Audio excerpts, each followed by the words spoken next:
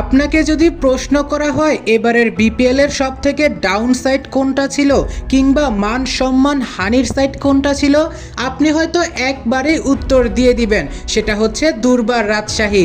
অথচ এই প্রশ্নের উত্তর যদি আমি দেই তাহলে বলবো সেটা ছিল বিসিবি প্রেসিডেন্ট ফারুক আহমেদ। প্রশ্ন আপনার মনে জাগতেই পারে, কেন ফারুক আহমেদ?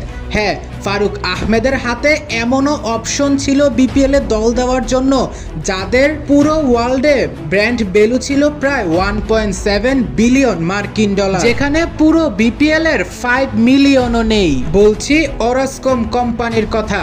হ্যাঁ দর্শক, যারা কিনা বাংলালিংক সিমের এর আগের মালিকানায় ছিল। ওরাসকম কনস্ট্রাকশন কোম্পানি বর্তমানে মিশরিয়ান। বিসিবির পক্ষ থেকে যখন জানানো হয়েছিল তারা ফ্র্যাঞ্চাইজি খুঁজছে, ফ্র্যাঞ্চাইজিদের আবেদন করার জন্য বলা হয়েছিল, তখন ওরাসকম কোম্পানি তাদের আবেদনপত্র জমা দিয়েছিল।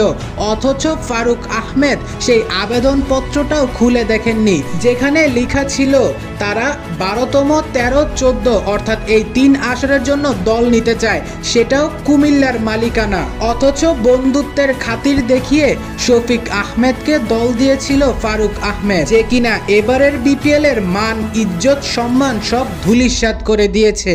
ওরাসকম কোম্পানি এমন একটা কোম্পানি যেখানে আপনি যদি ফ্র্যাঞ্চাইজির মালিকানা দিতেন, কুমিল্লা ভিক্টোরিয়ান্স যদি নাও ফিরতো, কুমিল্লা ভিক্টোরিয়ান্সের দ্বিতীয় রূপ ফিরে আসতো সেই ওরাসকম কোম্পানির হাত ধরে।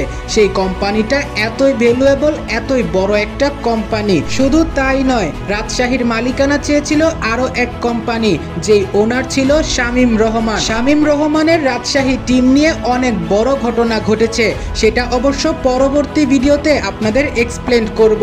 কিন্তু আমি এই ভিডিওতে এটা বলতে পারি, কুমিল্লাবাসীর সাথে এক প্রকার জোচ্চুরি করেছে ফারুক আহমেদ, যেখানে ওরাসকম কোম্পানির আবেদনপত্রটা খুলে পর্যন্ত দেখেনি। সেখানে 3 বছরের জন্য আবেদন করেছিল ওরাসকম। হয়তো 3 বছর পর ওরাসকম কুমিল্লা টিম নিয়ে আরো সামনের দিকে এগিয়ে যাওয়ার প্রতিশ্রুতি করত।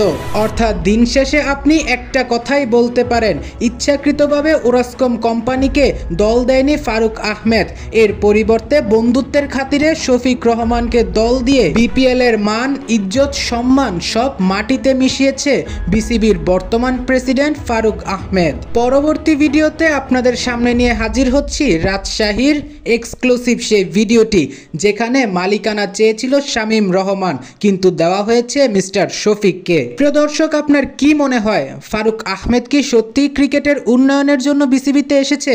কিন্তু তার কর্মকাণ্ড যা করে চলেছে সেটা তো এটা প্রমাণ করে না।